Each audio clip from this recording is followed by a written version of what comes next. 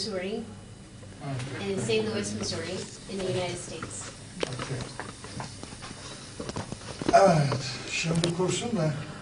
Has everyone introduced? Yes. Okay. We're ready to go. You haven't been?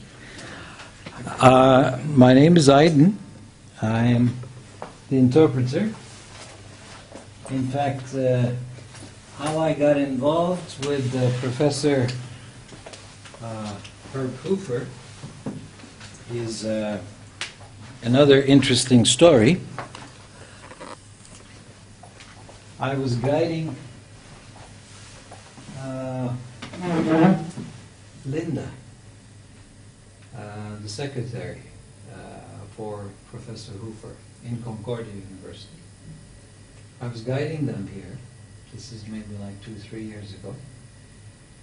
And Linda was with her husband, then Linda Roundtree. And she said that they were thinking of a program that would involve Turkey and religions, which is my specialty as a guide.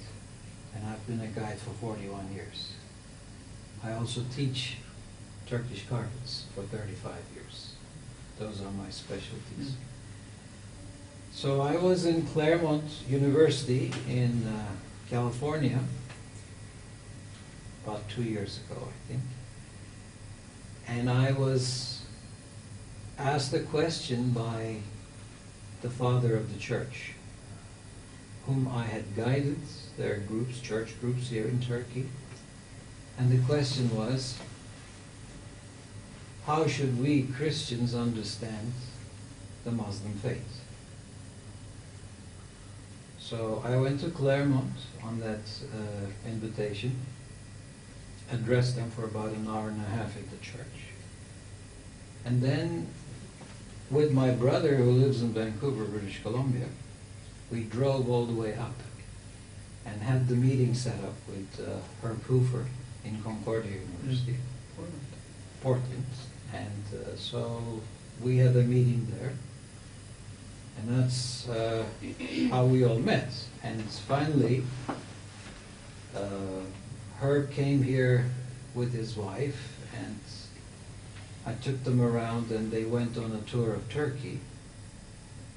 And I guided them over the telephone.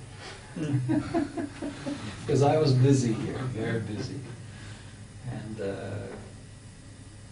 I asked him later on how the tour was, and he said they had the best guide. And I had never done it over the telephone, but you know, when there's need like that, you can do it, because this is the age of communication. So basically, that's how we met. And then your group came in May this year. This is for 4 days, I think you were here. And 2 days, they were at the Marmara University for a meeting with the professors. And Professor Bayraktar accepted my invitation, and we met at the hotel on the Asian side, overlooking Harem, part of Istanbul. And we had probably half hour, 45 minutes talk with the members that Brent was with at the time. So then this is the next coming, and that's why I'm here. Okay, we can start. Yes, please. From you, Questions? first of all. It's actually very similar to what you described. We are here from different parts of the world because we hear a lot of voices through media, and we are here because we want to hear firsthand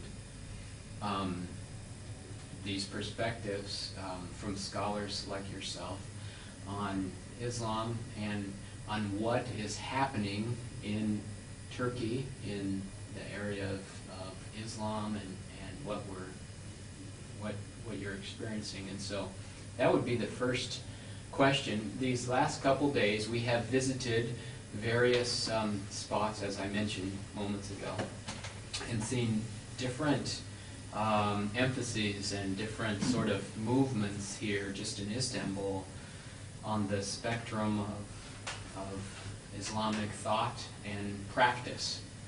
And so could you talk a little bit about what is happening here in Turkey? You would like to know why you're seeing different pictures Yeah, representing different people who call themselves Muslims. and what the implications of those different Why pictures they're acting are. like that. Is that right? Şimdi benim anladığım kadarıyla yani burada ne olduğunu, İslami bakımdan Türkiye'de nelerin olduğunu anlamaya çalışıyor. Öyle değil mi? Hocam ilk defa ben dedim ki siz bütün soruları bitirin, ondan sonra hocam size Tek anlatacaklarını anlatacak. tek Tek soru. tek, tabii, Tek tabii, tek. tek tek. Tek tek. Ama önce bu soruları cevaplayacağız. Şu soruyu cevaplandıralım. Yani burada ne olduğunu, Türkiye'de İslami bakımdan ne Neden olduğunu... farklı kıyafetli insanlar var, farklı uygulamalar var? Yani İslam tam olarak nedir? Niye böyle bir farklılık gözüküyor? Bunu öğrenmek istiyorlar birinci olarak. İslam'da insanın ne giydiği önemli değil.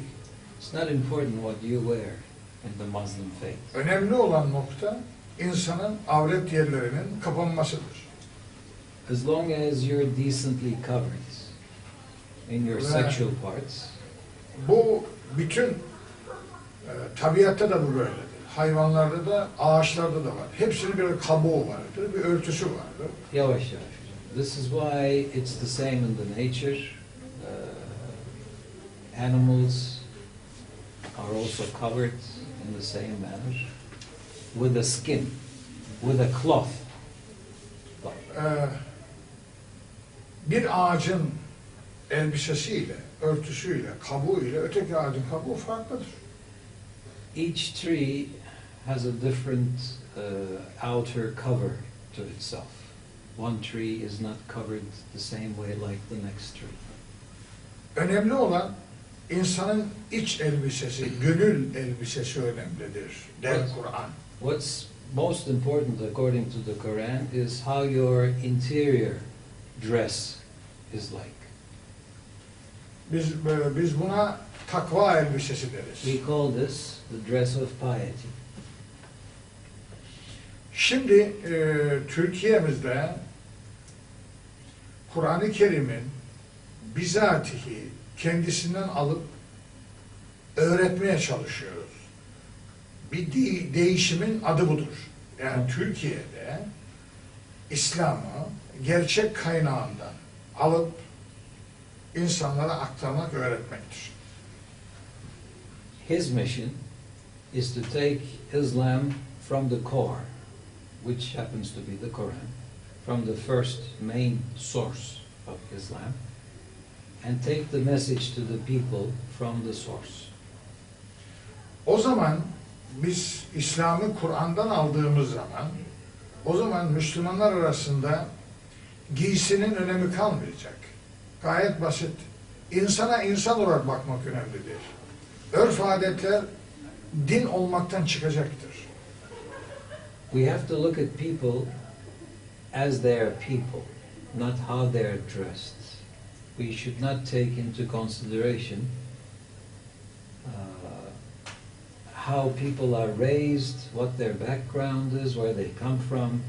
As people, we must look at them. So their dress and how they present themselves is rather secondary. Çünkü İslam'ın kendi kelime itibariyle manası barıştır. The meaning of Islam, in true translation, is peace. Bu barış insanın iç aleminde akıl, gönül ve nefis arasında olacak. Sonra ailede, sonra toplumda ve sonra tüm insanlıkta olacaktır. This peace must be within the person, first of all, between his mind and his heart, must be at peace. One must be at peace with himself first, before he is at peace with his family, with his neighbors, and this peace must be transformed into the community, starting from the heart and the mind. Another question? Yeah, I was very interested in the topic of your book. From our culture, our country, there are many forms of debate and dialogue with regards to the role of women in many parts of the world, in the religious world, in the secular world, in our culture. That dialogue is lively.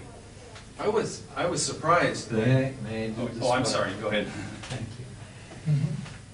Anladım ama Bizim kültürümüzde bu kadınla ilgili kitabınız bizi tabii çok ilgilendiriyor. Çünkü bir diyalog var. Laik kesimle dini kesim arasında.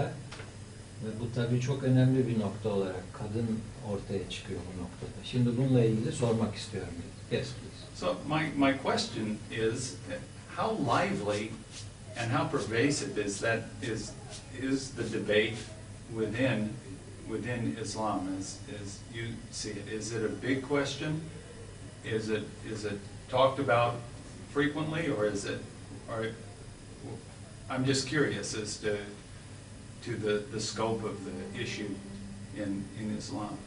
Bugün Müslümanlığın içinde bulunduğu durumda bu kadın konusu ne derece konuşuluyor? Toplumda bu hangi katmanlarda ele alınıyor? Bu konuda biraz bilgi rica ediyorum. İnsanlığın başlangıcından bu yana erkekler kadınlara problem yaratmıştır. Kadın her zaman insanlığın gündeminde olmuştur. Fakat birer gidelim. biz Sonra kaçar manası. From the very beginning of humanity, men have caused problems to the women. Ben bu kitapla kadını ne kendi bakış açısıyla ne erkeğin bakış açısıyla Allah'ın bakış açısıyla ele alarak ona gereken yeri vermeye çalıştım. In this book, I didn't look at it. I didn't look at the issue of women from the standpoint of women, neither did I from the standpoint of men, but I looked at it from the standpoint of God, Allah. Çünkü kadını Allah yaratmıştır. Onun nasıl bir hayat yaşayacağını o belirler. Biz belirleyemeyiz. Because Allah has created the women and He decides what kind of a lifestyle the woman should have. Kadınların problemlerinde kadın taraf olmamıştır. Daima erkek taraf olmuştur. Ve problemleri erkek yaratmıştır. Kadın yaratmamıştır. Again, he is saying the same thing. Men is the causer of the problem in this relationship. Kadın değil. Not women. Dolayısıyla biz kadını erkeğin bakış açısından alıp Allah'ın bakış açısına götürmek mecburiyetindeyiz. O zaman kadın mutluluğa erebilir. In order for women to have happier lives, we have to take the perspective of Allah and take her status to that perspective.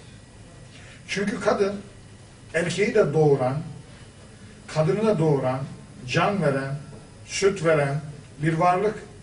Dolayısıyla bunu biz erkeğin tutsağı haline getiremeyiz. We cannot make women an obsession point for men because she is the one who gives birth both to men and women and feeds them as babies and gives her blood to these babies. Bu nedenle, that's why we wrote this book. Okay. That's the Another starting question? point. Starting point. Another question? Sure. From you? Well, maybe it's a little bit more theological. Speak up, please. Oh, okay, I'm sorry. What would you say in the line of all the prophets, Abraham, Isaac, and going to Isaac, Jesus, and Muhammad, and taking the two now, Jesus and Muhammad, what would be their conversation if Jesus and Muhammad would be together? What do you think would be their main topic of conversation? I don't know. Anladım ama If the sizden two of them came together, what would they talk to each other? Is that what you're What asking? would be their main topic of conversation? Eğer diyor, yani this is an assumption of course. It's happened. Öyle bir şeyi farz edelim ki bu Hazreti İbrahim'den başlayan peygamberlik silsilesinin içinden Hazreti İsa'yı ve Hazreti Muhammed'i alaraktan karşı karşıya getirsek bunlar birbirleriyle ne konuşurlardı? Nasıl bir konuşma geçerdi aralarında? Bir defa peygamberlik Hazreti İbrahim'de başlamamış. Çok O daha oradan, eskiler. o oradan Çok, başlar. ona söyle. The çok daha prophethood eskilere of dayanır. course started earlier than Abraham. I know, yes. Yes. Ve tahmin ediyorum insanları nasıl tevhid inancına ulaştırırız ve bu insanlığı nasıl mutlu ederiz, mutluluğa nasıl kavuştururuz, onu mutluluğa ulaştırmanın yolları nelerdi diye konuşurlardı. His assumption in that case would be the happiness of the mankind. So they would both debate what they should do in order to bring these different groups of people together so they would be happy living harmoniously with each other.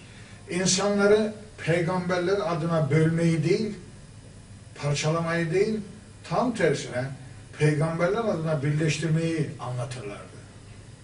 He thinks the two would discuss not to divide people into different prophethoods, but rather bring the different prophets to the oneness and talk about the oneness and the happiness of the people in one line, rather than separating them into groups. Bugün dünya insanlığının en önemli problemi şirktir. The biggest problem mankind faces in our times is going against the oneness of God, is polytheism. I think they debate this topic. That would be the major consensus of the topic. Okay, another question? Mm-hmm. Okay. Next, please. Are we going down the line? No, we're just, He's been waiting. Uh, I'm sorry. I appreciate your response. Could I ask you, what do you think the answers could be to that conversation that Muhammad and Jesus would have? It's the oneness, it's trying to become one, but what are the answers that we can work with? What are your answers that you could give to that conversation? Peki, bu ikisi konuşurlarken madem tevhide gelmek söz konusu ve böylece mutluluğa ulaşmak söz konusu, dolayısıyla bunun ilacı ne olurdu? Her ikisi hangi formülde anlaşırlardı bu birliği nasıl sağlamak konusunda ve mutluluğa nasıl erişmek konusunda? İnsana Allah'ın kulu olarak yaklaşmak birinci derecede bu. You have to approach God and men as the servant of God. Herhangi bir grubun, bir insanın peşine giden varlık değil, çeşitli sektler, cemaatler, şunlar bunların peşine, tarikatların peşine değil, Allah'ın peşine giden bir insanı yetiştirmeyi hedef alırlardı. He thinks they would agree on the issue as to how this men, the servant of the Lord, should be educated, so they would not be the followers of different sects or tarikats, as we call in this country. So they would be going to the God rather than to different groups of people. İnsanın kulu değil, insanı peygamberin de kulu değil, kendilerinin de kulu değil yani. Doğru, anladım. Allah'ın kulu yapma çabasında olurdu ve ona çağırırlardı.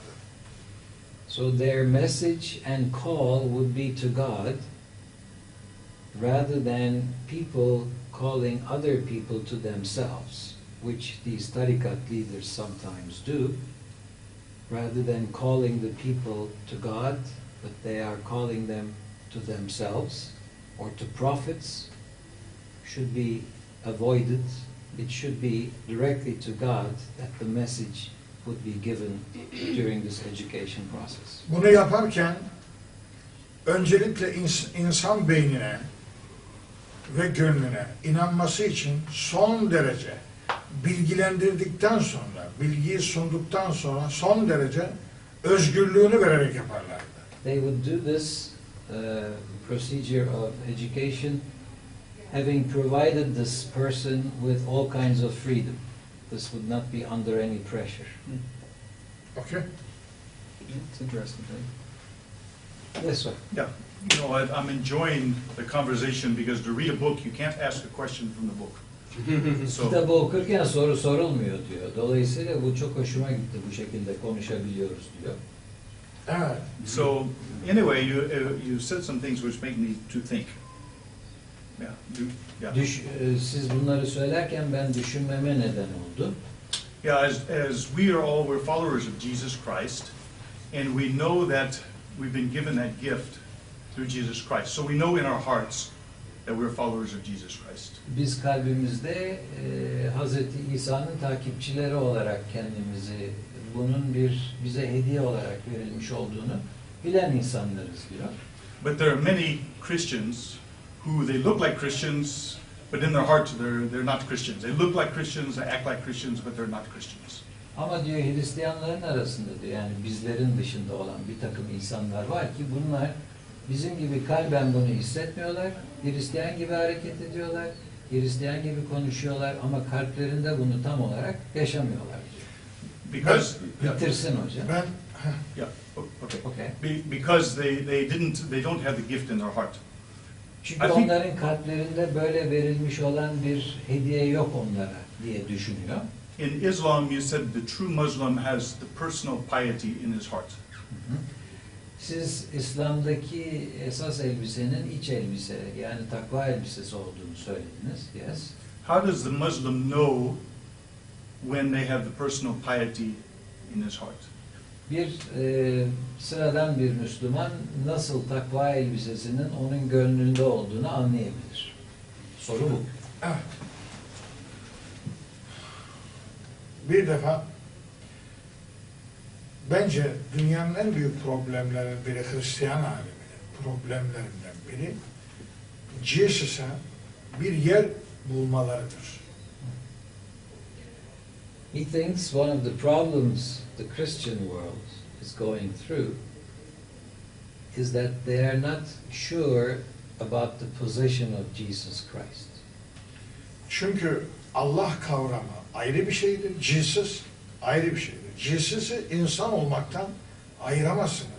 Ona bir tanrı kisvesi veremezsiniz.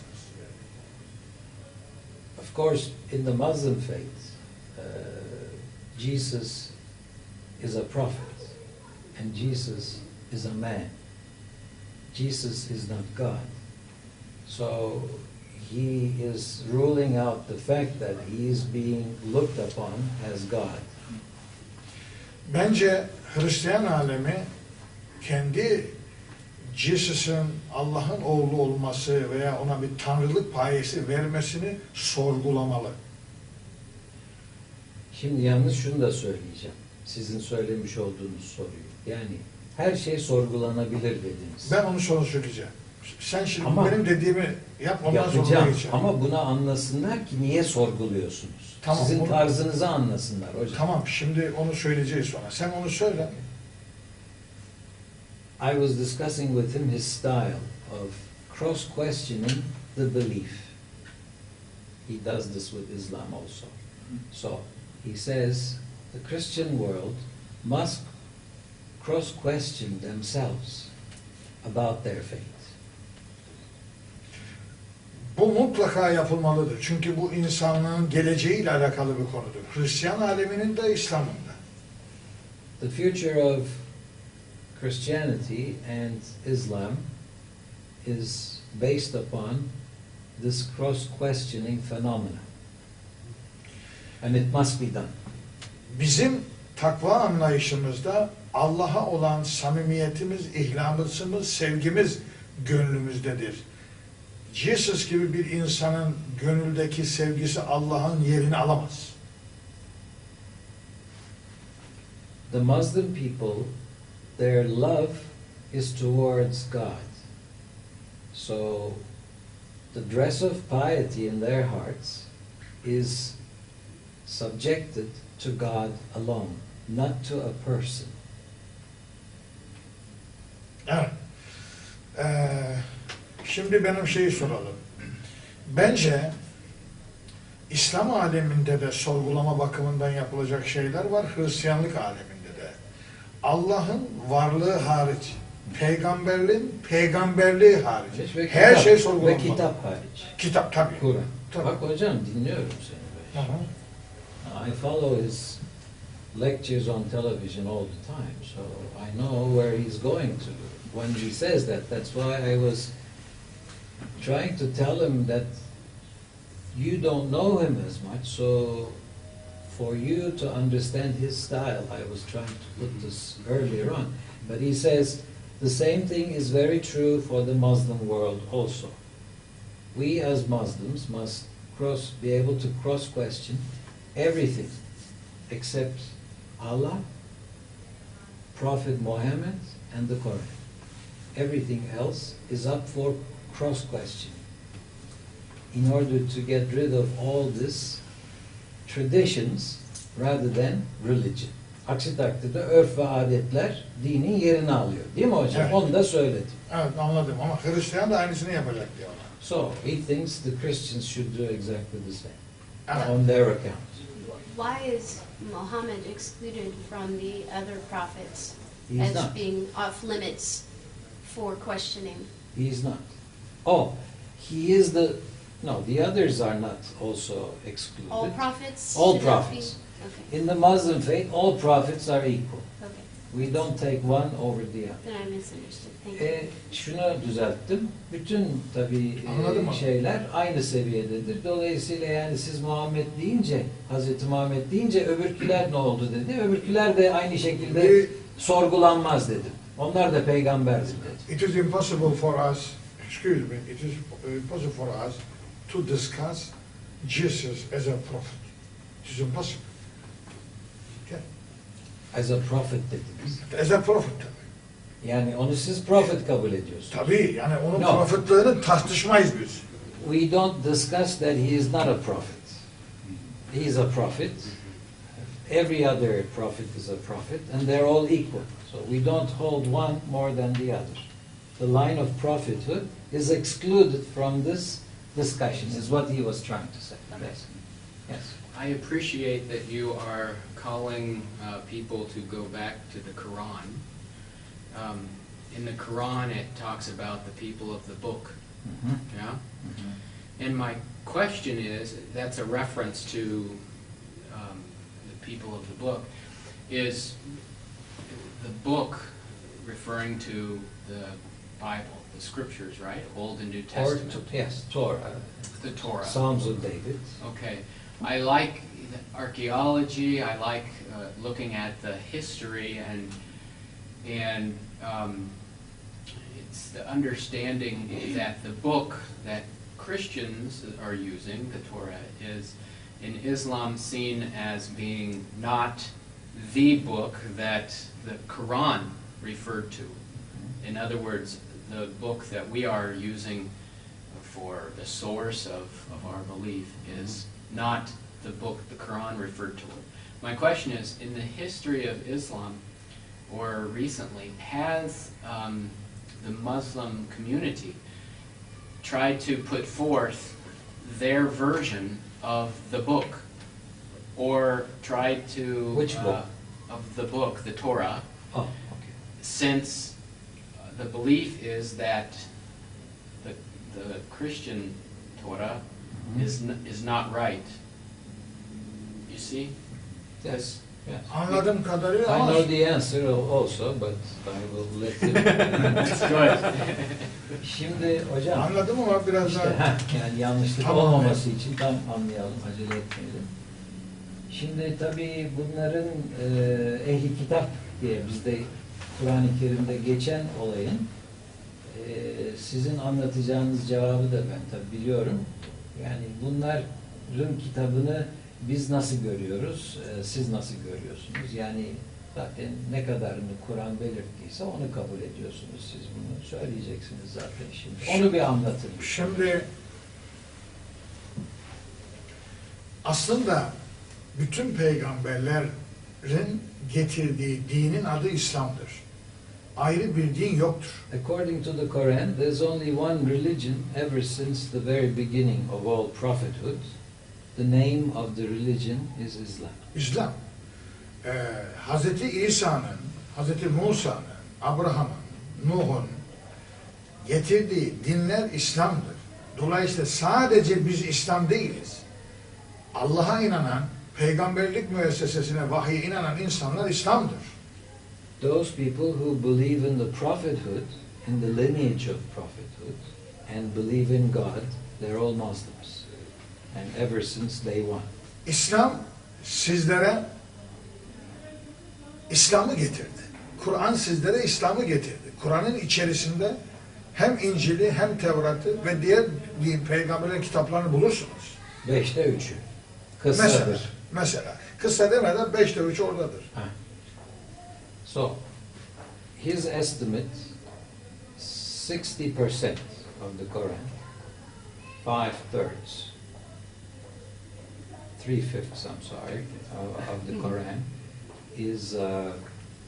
is stories from the Old and the New Testaments, talking about all these prophethoods before Muhammad and bringing the message to the day of Muhammad as an advice why it happened.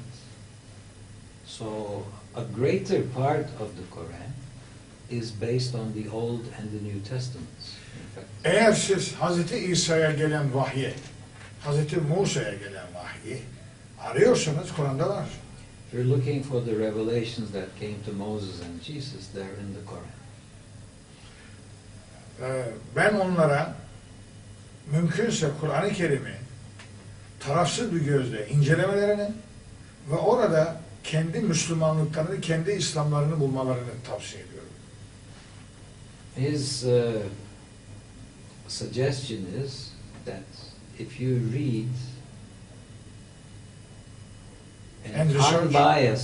an unbiased Quran translation and do some research on the topic, you will find out how much of it you believe in yourselves. And your Islam. And then you will know how much of an Islam you are or not, based on that research. Maide 83'ü, 82'yi söyleyelim mi hocam? Bu konuda. Bakalım sorular gelsin. Peki hocam.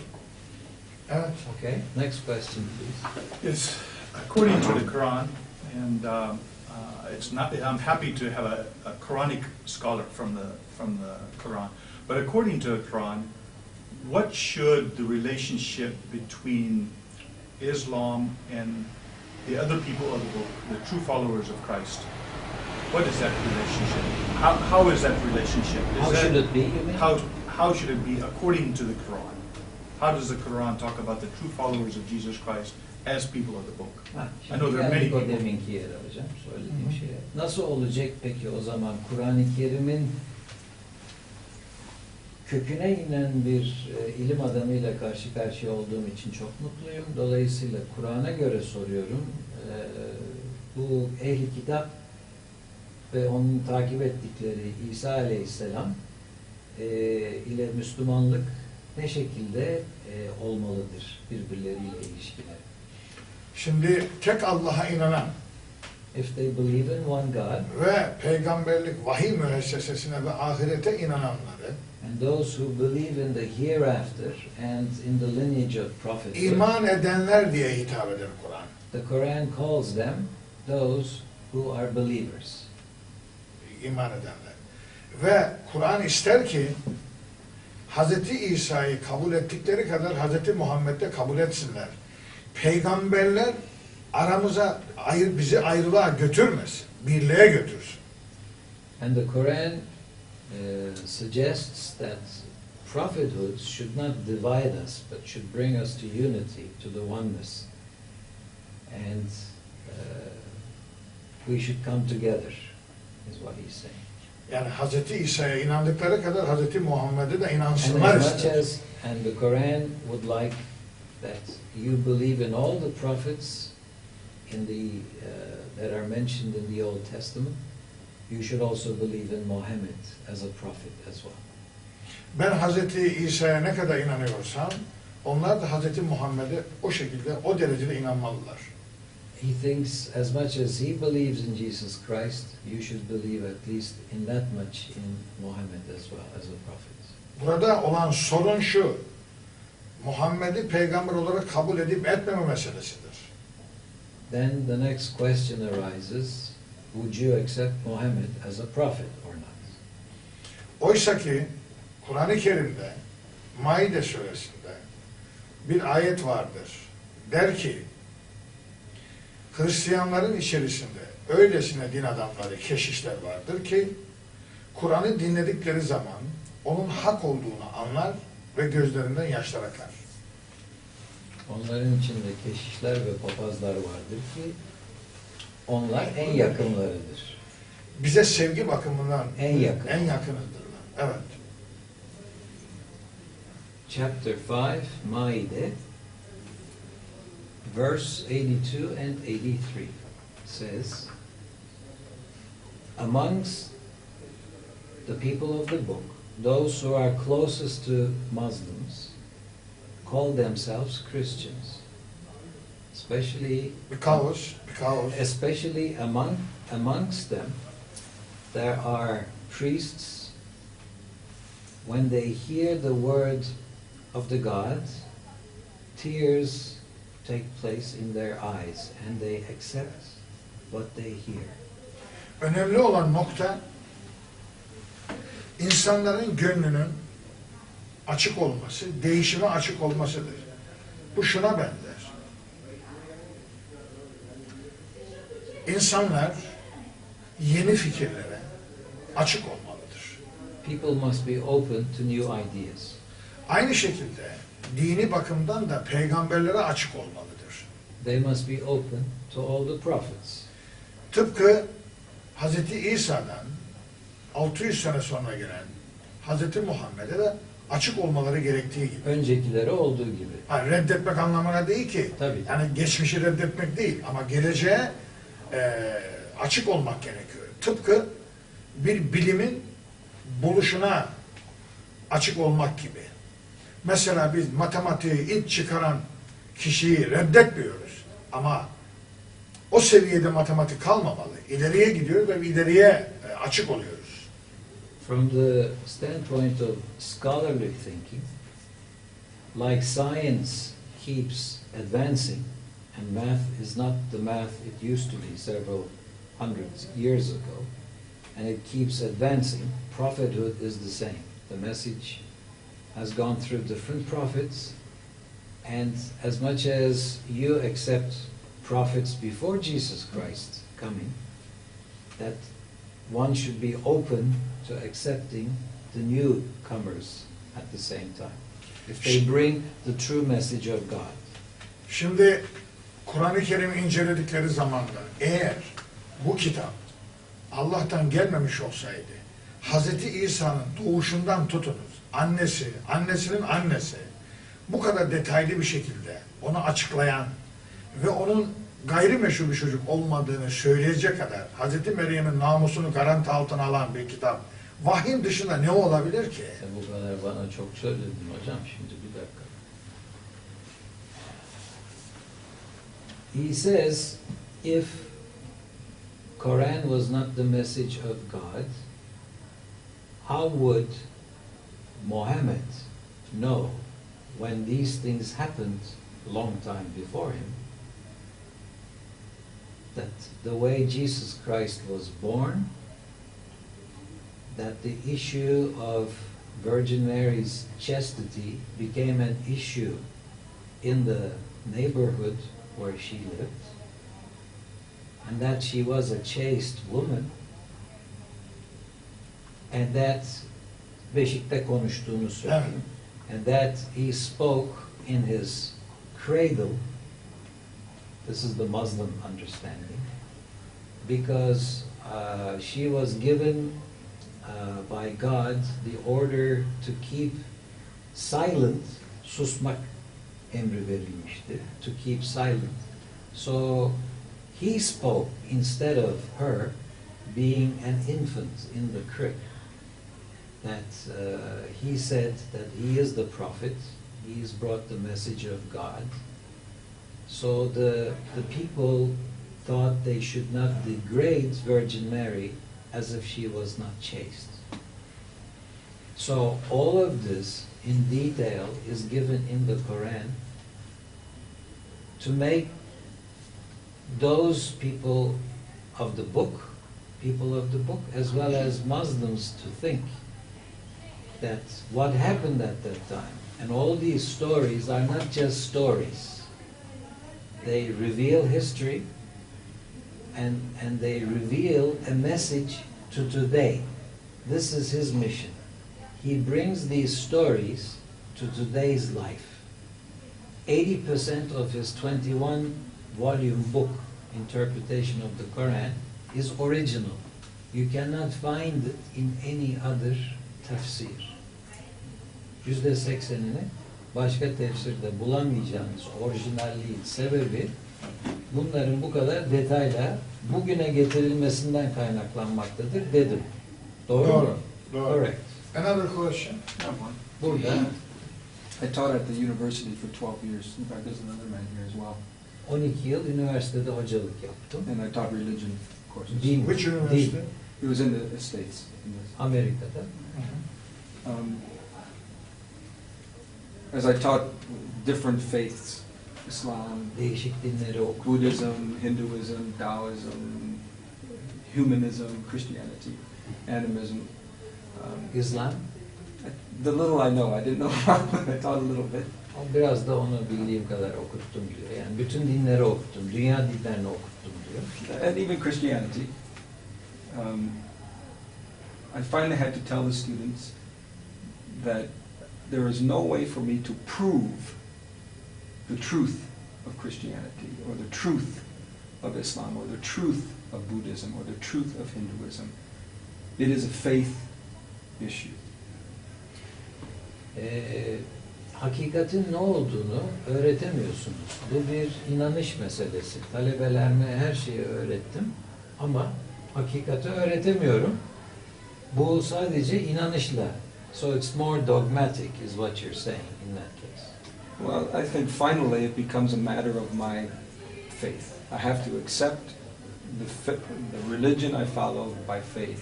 Evet, inanış mutlaka inanmakla kabil oluyor. Yani başka türlü bir şekilde hakikati önüne konamadığı için, because there's lots of unseen and all of that, you cannot prove to people. That's what you mean by reality. So you find the same in the Islamic faith, that finally you can't prove it. It really does need to be a matter of faith. Bu gene neticede İslam'da da inanışa mı bağlı? Yani ispatlanamıyor bir takım şeyler, görülemeyen şeyler var. Yani inanışla mı alakalı? İslam'da da aynı mı durum diye soruyor hocam. İslam'da önce bilgi verilir. First Bilginin- information is provided in Islam. Ardından iman meydana Then gelir. comes faith as a result of the information provided. Siz hakikati beşeri görüşlerde bulamazsınız. You cannot Hakikati Allah find, gönderir.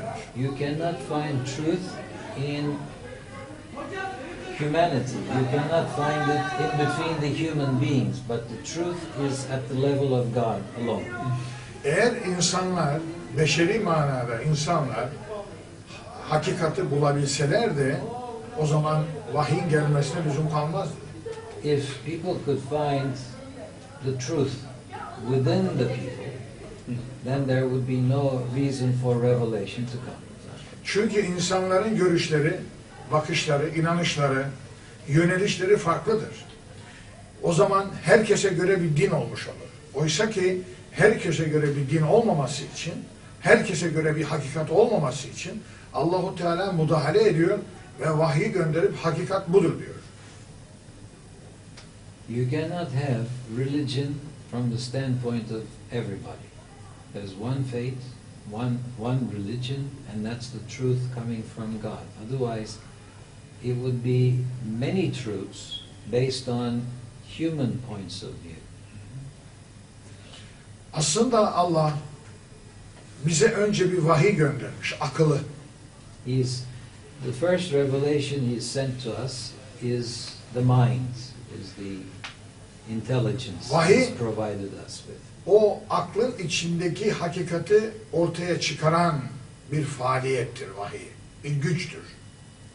Revelation is a power which is within this intelligence that is provided with us, that you find it within the intelligence that makes us realize the truth coming from God.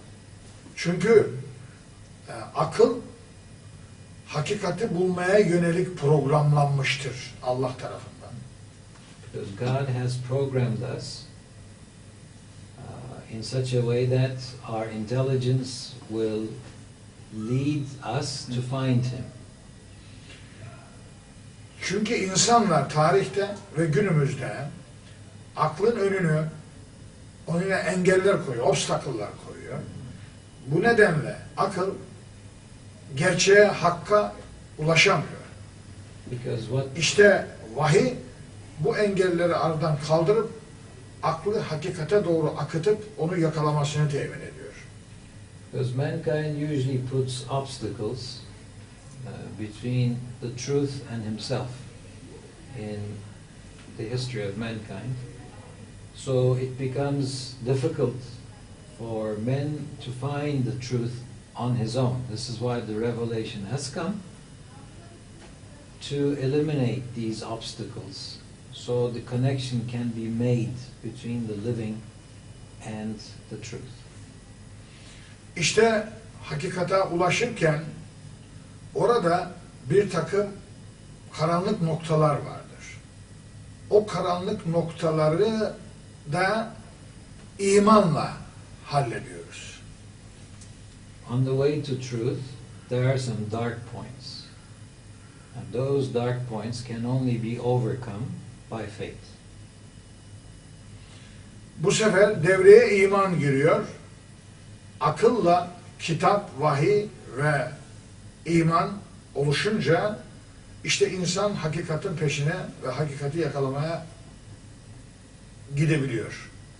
So during those dark points, the mind combines itself with the book and the faith and finds the truth.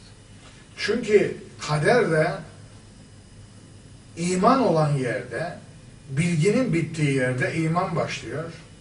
İşte o kaderde insanın acziyetini o karanlık noktalar belirliyor. Aman hocam şimdi zorlaştı bu iş. My goodness. Dark point, Şimdi bir dakika, bunu bir daha alalım hocam. Birer birer alalım. Allah bir takım kara noktalar koydu. İnsanın çözemediği. Man İşte cannot orada solve iman those meydana geliyor. dark points. That's where faith takes shape. Ve insanın acziyetini insana hatırlatıyor o karanlık noktalar. And those dark points remind the human being his weaknesses. Aksi takdirde insan kendini Allah olarak kabul ederdi. Otherwise, men might be feeling that he was like God himself.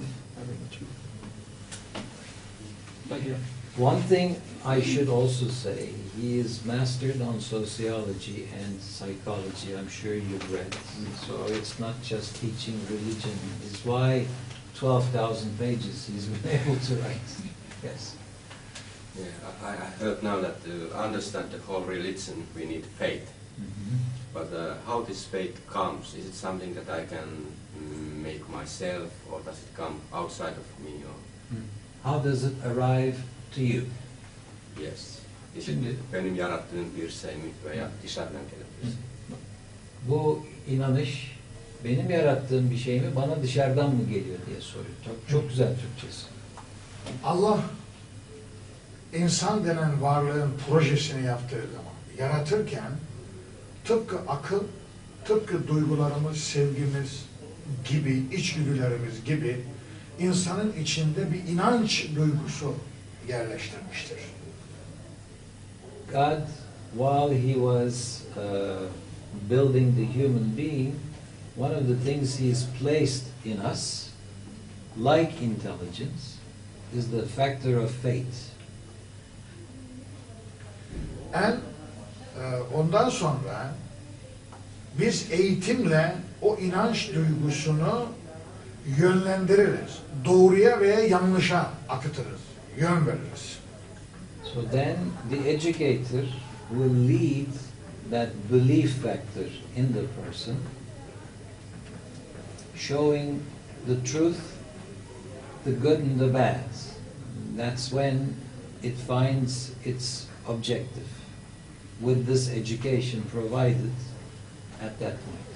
Tıpkı cinsel içgüdü gibi It's very much like the sexual instinct. belli bir yaştan sonra cinsel içgüdü kendini gösterir.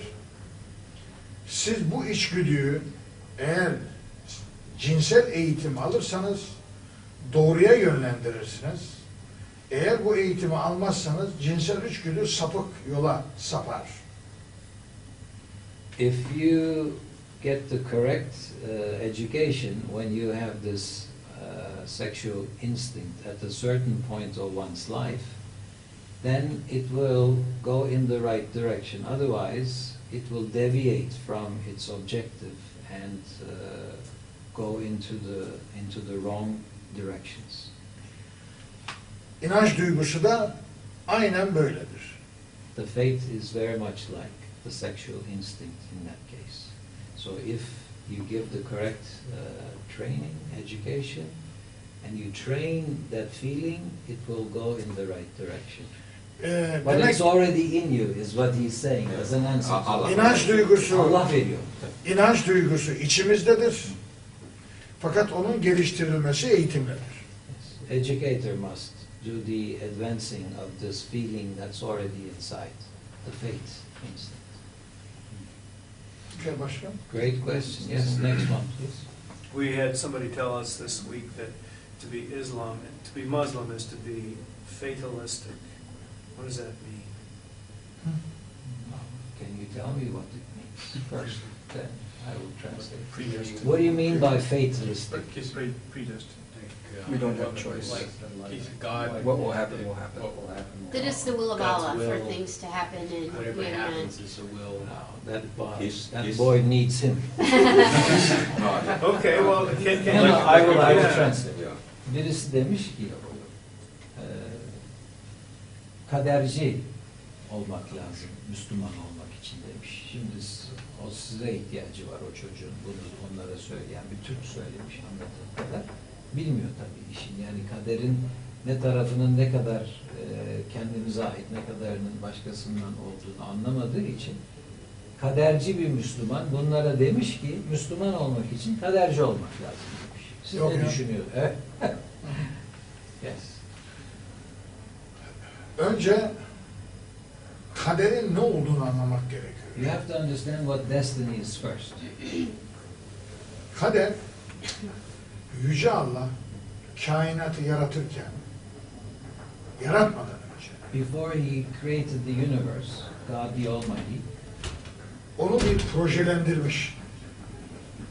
Nasıl gezegenleri nasıl koyacağını ve dünyayı nasıl yaratacağını, dünyanın üzerinde insanları, varlıkları, canlıları nasıl koyacağını, yaratacağını projelendirmiş. Allah the Almighty made this project while He was creating the universe, how the world, planet Earth should be, how men should be on it at that time. Bu kaderdir. That's called destiny. Elma elmayı verir, armut armutu verir, insan insan davranışı sergiler, yılan yılan davranışı sergiler. Bu onun kaderidir. What's destiny for an apple is to be an apple, for a man to be a man, a snake to be a snake. Ama That's the destiny. insan eğitimi açık, değişik davranışlar sergileyebilen, kendi özgün iradesi olan bir varlık olarak projelendirilmiştir. In the projection of the humankind, we are open to change versatility,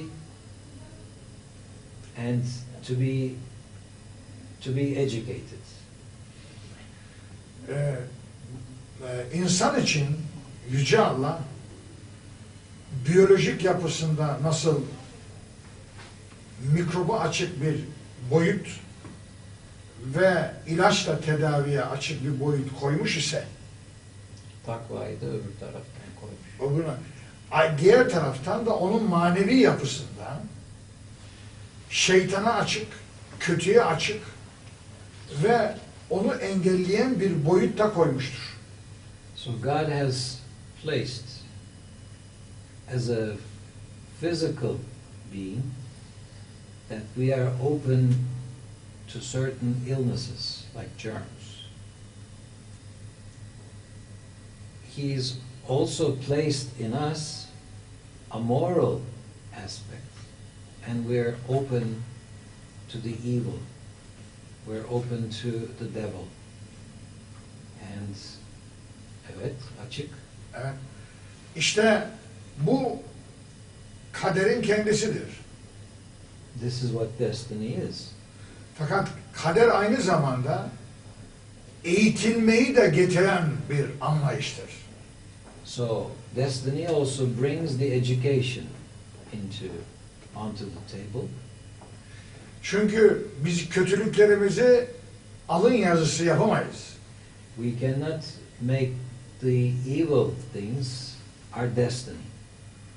We can if we want. Onları biz kendimiz üretiyoruz. Allah'a mal edemeyiz. We cannot say this is from God. It's our decision. We go either the good or the bad way. Size bunu söyleyen kişi kaderin ne olduğunu bilmiyor. So the person who ever told you this doesn't know what destiny is. Okay? Bir şey daha söyleyelim mi hocam? Sen iyi istersen iyi yaratır, kötü istersen kötüyü yaratır.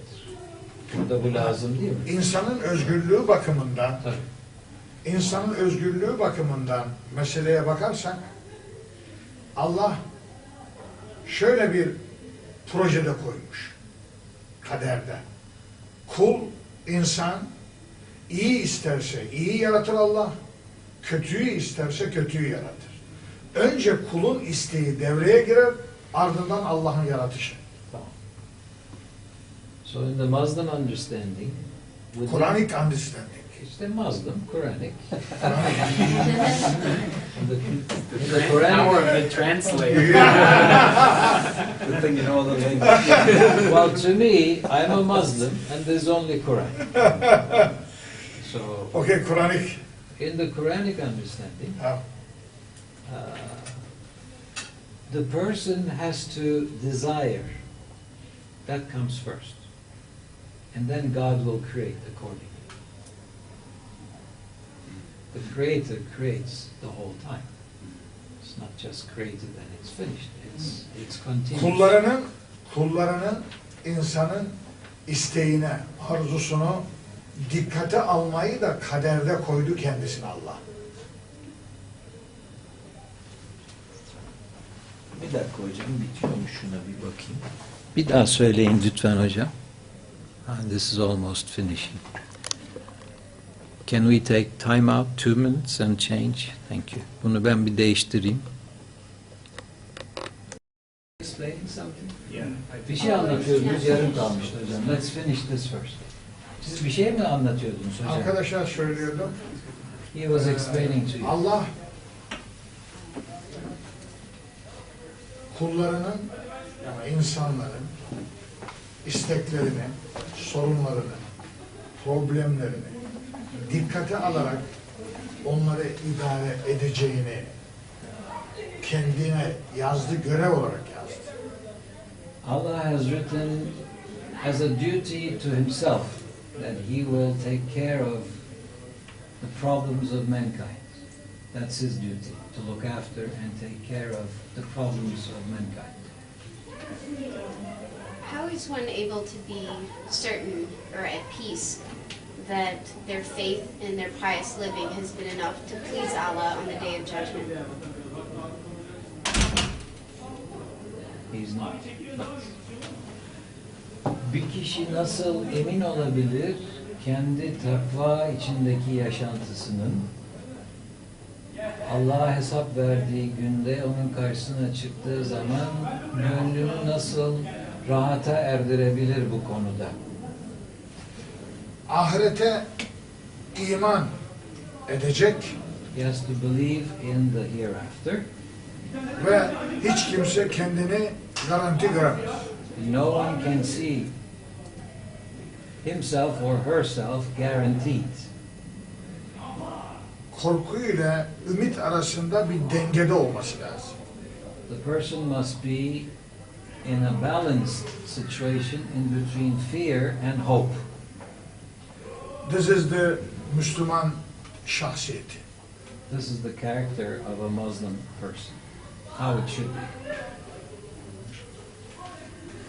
Connecting to this, you mentioned today happiness as one of the things that Jesus and Muhammad would be talking about.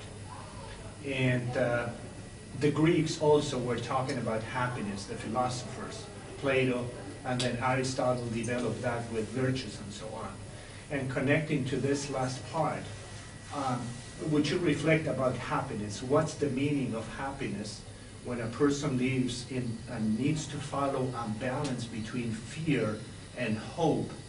Where is happiness fit in that Within. balance?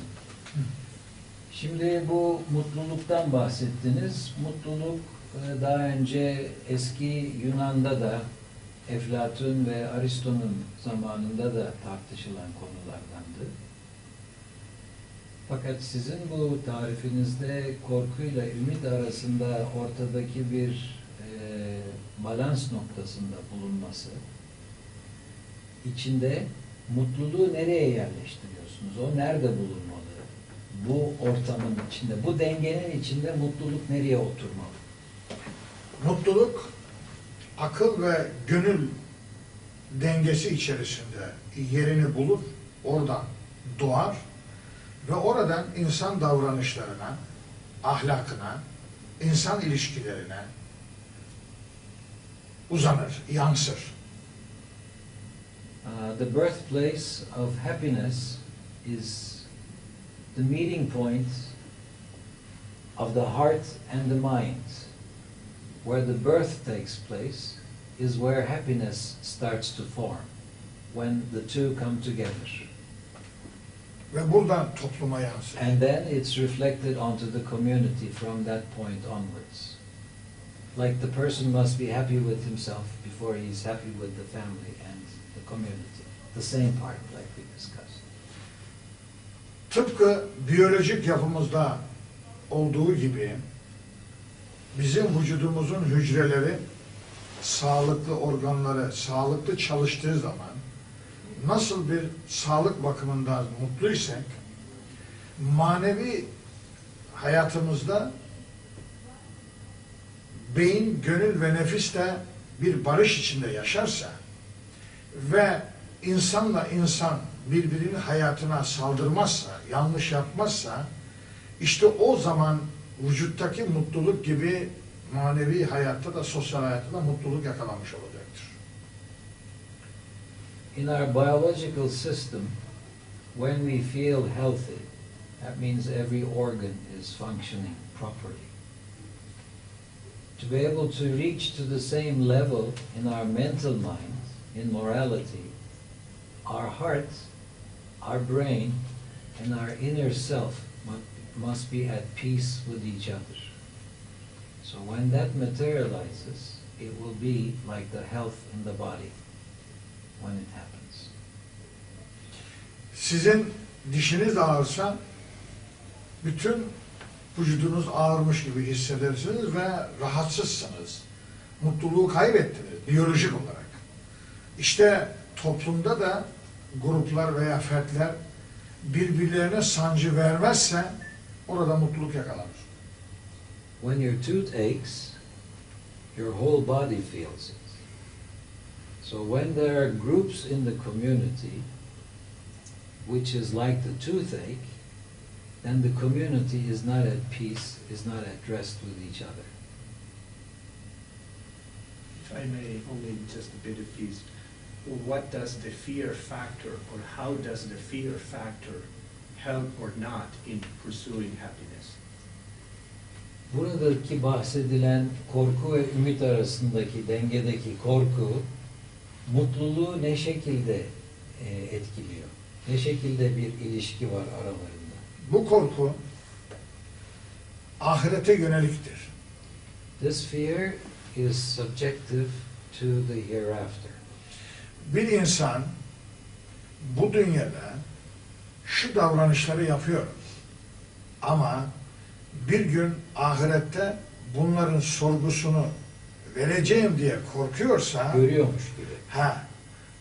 Korkuyorsa işte burada gerçek iman kendini göstermiştir. Ahlak da kendini gösterir. EGS değil mi hocam? EDS. EDS tamam. Anlatın. Ama ahirete iman de olsa. Tamam. For starters, you need to have belief in the hereafter. It's like this new automated system we have for traffic, EDS. They take your picture if you go through the red lights. Okay? So more people are fearful and they stop more now at red lights.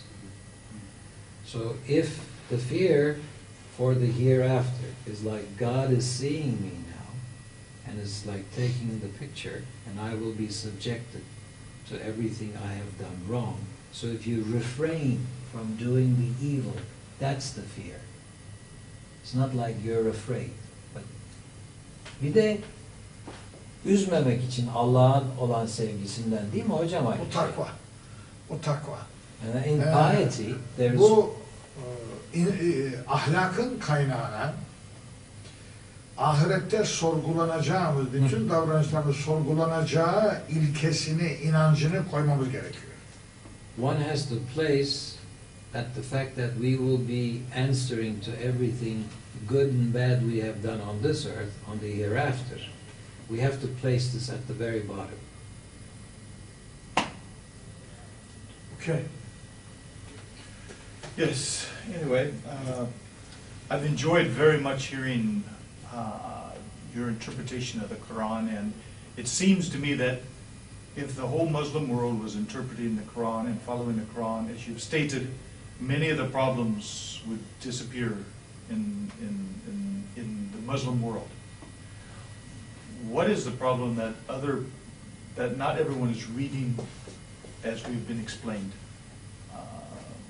so that it's not unified, or that maybe people are not reading the Quran, or what are the problems so that they don't understand? Şimdi siz çok güzel anlattınız. Bu anlatışınızda bir problem olmaması lazım Müslümanların arasında. Ama Müslüman dünyasına baktığımız zaman problemler görüyoruz. Acaba onlar Kur'an'ı doğru okumuyorlar mı? Yoksa başka bir yollardan mı ulaşıyorlar buraya? Yani bu aradaki anlaşmazlık İslam dünyasındaki bunun sebebi nedir? Kur'an'ı gölgede bırakmışlar. They have put the Quran in shade. Kendi meselelerini kendileri çözeceklerini zannediyorlar. They think they can solve their own problems. Çok kötü bir sekülerizm anlayışı. It's a bad secularization understanding. Dolayısıyla Kur'an'ın ve Allah'ın etrafında toplanmadıkları için, Because they're not unified around God, Allah. Kur'an'ı doğru dürüst anlamadıkları için, Because they don't understand the correct, proper translation of the Quran. hocalar da Kur'an-ı Kerim'i doğru anlatmadıkları için, Because most of the teachers do not teach the correct like he does. mezhepleri din haline getirmiş olmaları, They have made these sects, these tarikats, as if it is the religion itself, Hristiyanlık aleminde olduğu gibi, like in the Christian world. problemler buradan This is kaynaklanıyor. where the problems are coming from. Eğer Kur'an-ı Kerim'i benim anlattığım gibi anlatsalardı, hayata geçirselerdi, bu soruyu sormayacaktınız. If the Muslims had lived the Islam that's in the Quran, you wouldn't be asking this question. Bir şey ilave etmem lazım. Sizi yetiştiren önceki hocalarınız da sizi böyle yetiştirmedi. Son zamanlarında siz daha ilk başından beri sorguladınız bana anlattığınız kadar. Ama sizin hocalarınız da siz değildi. Yani size gelene kadar siz çok evrelerden geçtiniz ve doğruyu çok sonra öğrendiniz. Bugünkü geldiğiniz doğruyu bulmanız, yani şu Çok seviyede sancılı olmuş. bulmanız çok sancılı oldu, değil mi hocam? Söyle. He's had a lot of pain to arrive where he is. His teachers were not like him. The teachers that he is not agreeing with today, some of them were his own teachers. He used to debate with them because he kept cross-questioning everything. That's in his character. He's from the Black Sea. Okay? Yes. So this is why it took him a lot of years to come to where he is now. His path to Islam has not been with ease. He's had a lot of pain going through. And Bu he's bakımdan still going kendilerine through. şunu tavsiye ederim. Hem Kur'an, hem Gazali, hem Descartes. Bu iki filozofa ve Kur'an-ı Kerim'e bakarsalar, ne diyor Descartes, Fransız filozofu Descartes? Beynimizi önce temizleyeceğiz. Eski düşüncelerimizi bir tarafa atacağız. Sıfırdan başlayacağız ve o zaman Allah'a varacağız. İşte metot üzerine konuşmalar kitabı budur. If you want to arrive the way he arrived to where he is, in philosophy you must go to the French Descartes and to Ghazali, and İslamik filozof. Islamic philosopher, and clean up all that's in the mind and start afresh at zero, nothing in there from the ground level, and then build on it, whatever the fate must be. That's how you must arrive. Get rid of all the wrong information, clean it up, and start from the beginning, from the scratch. Temizlemeden bir demirin pasını temizlemeden Allah'ın boyasını boyayı süremezsin. süremezsiniz. Tamam hocam. Ve gönülden ve beyinden yanlış fikirlerin pasını silmedikçe gerçek boyayı koyamazsın. Unless you get rid of the rotten part on the paint, you have to scratch it out. And then you can put the paint of God as a coating on it. If you put it directly on it, it's not going to work. Hakikatin bilgisi bizim paslı beyinlerimize, gönüllerimize inmiyor, gelmiyor. So the truth does not come into our polluted minds. There's pollution there, and it's not reaching us. So we have to cleanse all this pollution before we receive the truth. Bu bakımdan Alman filozofu Herbart'ı da tavsiye ederim onlara. Kim? Herbart. Herbert. Ha. The German philosopher Herbert, he thinks is good on this issue as well. Herbert der ki, beyne giden yol tek yönlüdür. Herbert said Mind. that the way to the mind is only one directional, goes in. Beyne giden bilgiler, duyumlar, içerideki bilgilerle uyuşamazsa geri dönemezler, ölürler. So this one-wayness of the brain acceptance, accepting these new ideas, if it meets with old ideas inside, there's no way to turn back. If you have not cleaned what's already inside, they will die, because there's no way out. That's what Herbert said. Okay. Evet. In your opinion, is it possible for Christians and Muslims to live, to worship side by side, mosque, Christian church, in Turkey or even in America? That those two groups could be side by side, live together side by side, worship together side by side, but keep their identity as a follower of Islam or a follower in Christianity. Christianity in the church Christianity, Church. and Muslim in the mosque. Right, and even on the same corner, one across the Aynı street is a köşede yan Christian church yana from the mosque. birbirleriyle Is that nasıl possible? yaşarlar diyor. Yaşarlar mı, ibadet ederler mi? Yaşarlar, ibadet de ederler serbestçe. Ah, Nasıl olacak böyle ya- istedik? Kur'an'a göre yaşamalılar. According to the Quran, they must live together. Ben buna cevap vereyim mi hocam? Tarihi Tabii. olarak. Thank you. Historically, Brian might remember this because I came into the subject in the Marmara University during the topics as well. For 400 years, the Ottomans controlled the Middle East, the Holy Land. Okay? No one had problems. This is between 1517 until 1917. But now there's lots of problems. So history has proven to us that there can be a way out. And 400 years is not 4 years. So I think we have to go back to 1517 and study what they have done for this to happen. Because in fact,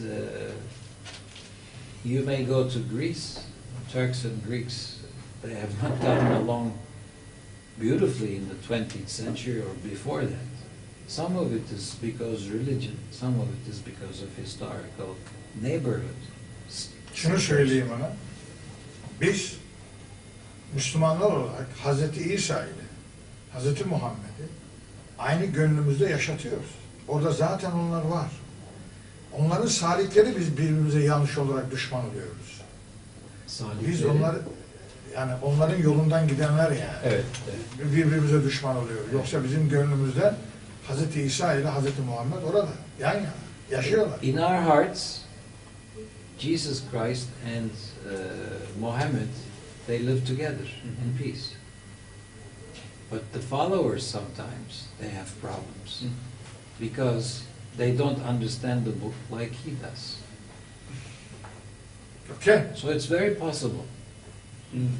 In Claremont, I went to the church. Onlar da made a Hazreti speech. Muhammed'i gönüllerine yaşatırsa, Hazreti İsa ile beraber peygamber olarak yaşatırlarsa no problem.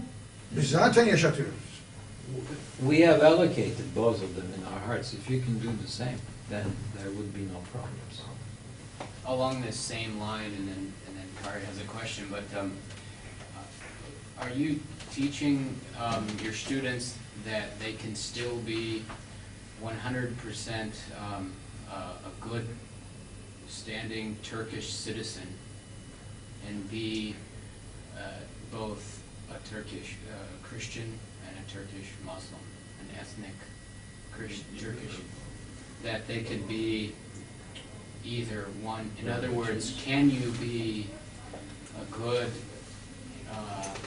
citizen of Turkey, be an ethnic Turk, and be a Christian? Anladım ama biraz... Devletin siz nasıl öğretiyorsunuz? Yani sizin yaklaşımınız nedir? Devlet vatandaşlarına Hristiyan olsun, Müslüman olsun ne pozisyonda olmalı? Yani iyi bir vatandaşlığın içinde dinin rolü nasıl, ne olmalıdır?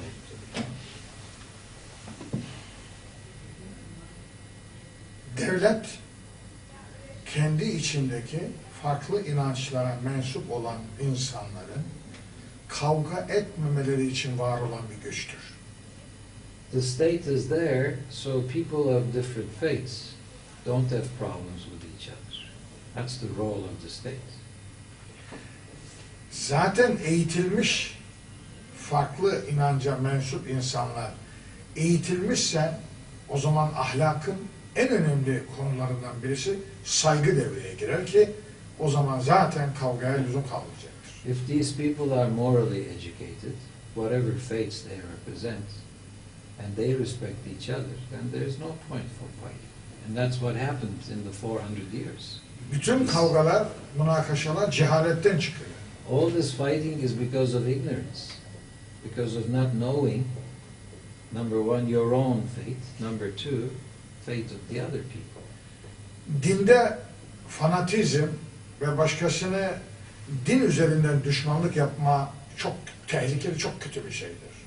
It's a very dangerous thing to take people as an enemy because of their religious difference. Çünkü din ocağı barış ocağıdır. Kavga, düşmanlık ocağı değil. Because in religion there is no place for fighting and animosity. It's a place of peace. Biz düşmanlık yaptığımız zaman bilmeliyiz ki dinimizden uzaklaşıyoruz. When we show these reactions of animosity, it's like we are distancing ourselves from the faith. Thank you. Bu tip tartışmalar şüphesiz bunun yeri üniversite olmalıdır. Çünkü Must be done in the universities. Çünkü üniversite ismi, bu kelime, bu kavram zaten evrensel düşünme, iyi öğreten müesseselerdir.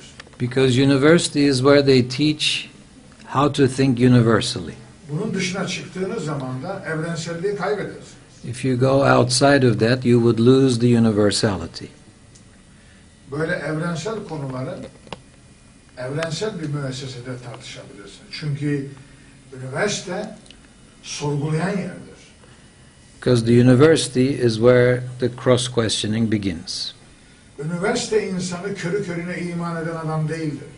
You cannot believe blindfolded being a scholar in the university, excluding some Çünkü people probably. üniversite camiasının imanı bilinçlidir. Because their information depends on hard facts in the university. Okay? Thank you. Thank you so Wow. much Yeah. for taking your time during this special time of Ramadan and for being so hospitable to this group and for this conversation. I think there is a question. Okay? Is there a question? Let's have one more question. You can ask. What are you thinking about this word tahrif? What does it mean for Muslims? Which word? Tahrif. Tahrif. Tahrif etmekten neyi anlıyorsunuz diyor hocam. Eski çağlarda krallar din adamlarına baskı yaptı. Kendilerine uymayan kutsal kitabın ayetlerini değiştirdiler. İşte bu bir tahriftir. Based on in the old kingdoms, people have changed the texts, religious texts, Kralların baskısı. because of the oppression applied by the kings. Like in the Old Testament. Bir örnek vereyim size. Eğer Kur'an-ı Kerim bizim elimizde olmasaydı, bizim beynimizde by heart, memorize by heart olmasaydı, bundan 2 sene evvel bizim hükümetimiz zinayı suç olmaktan kaldırmıştı.